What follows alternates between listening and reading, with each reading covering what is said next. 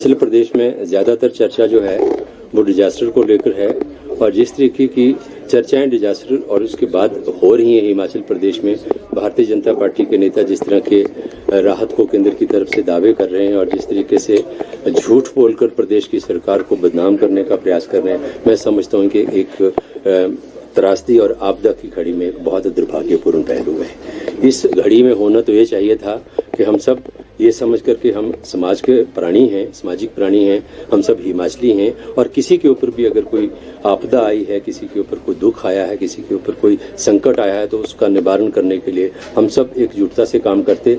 लेकिन इसकी बजाय, ऐसा करने की बजाय भारतीय जनता पार्टी के जो नेता हैं, चाहे नेता प्रतिपक्ष हैं, चाहे प्रदेश भाजपा के अध्यक्ष हैं या इनके दूसरे दर्जे के नेता हैं, सब ने पहले दिन से राजनीतिक बयानबाजी करने का काम किया, जो बहुत दुर्भाग्यपूर्ण है। नेता प्रतिपक्ष जब से सत्ता से बाहर हुए हैं वो बहुत पता नहीं क्यों बेचैन हैं, परेशान हैं, शायद कुर्सी छीनने का उनको कुछ मलाल होगा।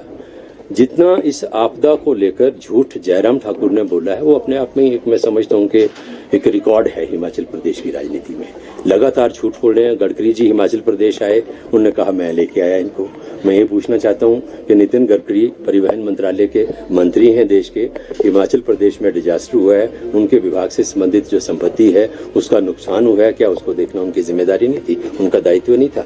उन्होंने कहा मैं नेशनल हाईवेज जो डैमेज हुए हैं, जो सड़कें नुकसान हुआ है, उनके लिए 400 या 500 करोड़ देने की घोषणा की। साथ में ये भी कहा कि जो कनेक्टिंग रोड्स हैं, लिंक रोड हैं, 100-100 मीटर के डिस्टेंस तक उनकी भी हम रिपेयर करेंगे, उनको भी मेंटेन करेंगे। को ब्रिजेस हैं, को कल्वर्ट्स हैं, उनको भी हम बनाएंगे। आज दिन तक फूटी कौड़ी नहीं मिली।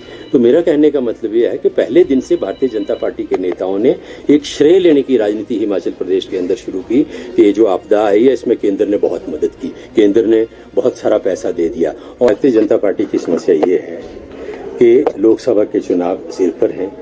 हिमाचल प्रदेश में लगातार भारतीय जनता पार्टी चुनाव हार रही है, चाहे वो उपचुनाव हुए, चाहे प्रदेश के विधानसभा के चुनाव हुए, चाहे उसके बाद नगर निगम शिमला के चुनाव हुए।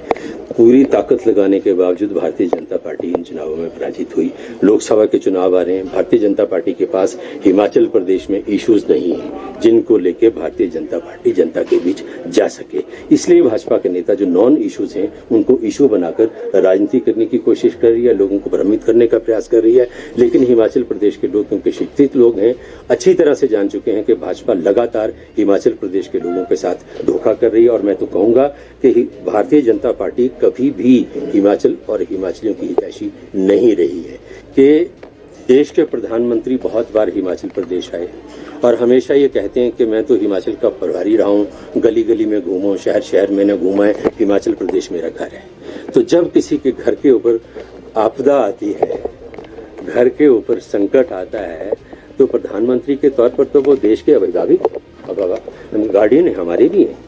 तो इस दौर में, इस संकट की घड़ी में दो शब्द प्रधानमंत्री नरेंद्र मोदी जी ने ट्विटर हैंडल के माध्यम से भी सहानुभूति के हिमाचल प्रदेश और हिमाचल प्रदेश के जो इस डिजास्टर में प्रभावित लोग हैं उनके लिए इस्तेमाल नहीं किए। ऐसा क्यों?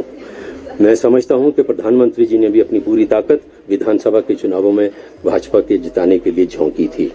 और जब भाजपा हारी तो कहीं न कहीं उनके मन में ये पीड़ा जरूर है कि हिमाचल प्रदेश के लोगों ने उनकी जो एक हीरोइक छवि है, जो उनका एक वो समझते हैं कि मैं जहां जाऊंगा वहां मोदी मोदी हो जाएगी, उस छवि को खंडित करने का काम हिमाचल प्रदेश के लोगों ने किया। तो उससे कहीं न कहीं हिमाचलियों के प्रति उनके मन में, मैं समझता हूं कि कोई ऐसी रिजर्वेशन तो है जिसकी वजह से इस आपदा की घड़ी में वो मदद नहीं कर रहे हैं। भारतीय जनता पार्टी के लोग बार बार एक शब्द का इस्तेमाल कर रहे हैं कि केंद्र ने सहायता की, केंद्र ने मदद की, हालांकि किया कुछ नहीं है। जो हमारा अधिकार है वो भी नहीं मिला हमें अभी। मुझे सहायता शब्द से परेशानी है, इस शब्द से परहेज है। हम इस देश के नागरिक हैं।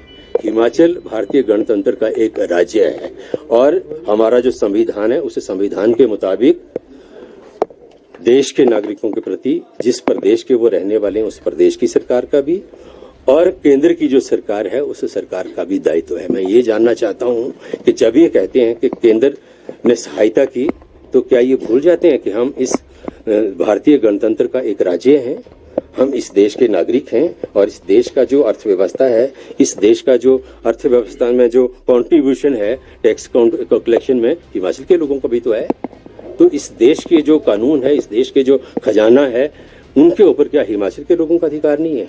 तो मैं इसलिए कह रहा हूं कि हमारे अधिकारों से वंचित करने का काम केंद्र की सरकार कर रही है। ये सिर्फ आपदा के रेफरेंस में नहीं है, ये बात मैं सिर्फ इस डिजास्टर के रेफरेंस में नहीं कह रहा हूं। हमारी सरकार ने सत्ता में आने के बाद इस देश की आर्थिक दशा सुधारने के दिशा में कदम उठाए और वो कदम उठाते हुए वाटर सेस लगाने का काम किया।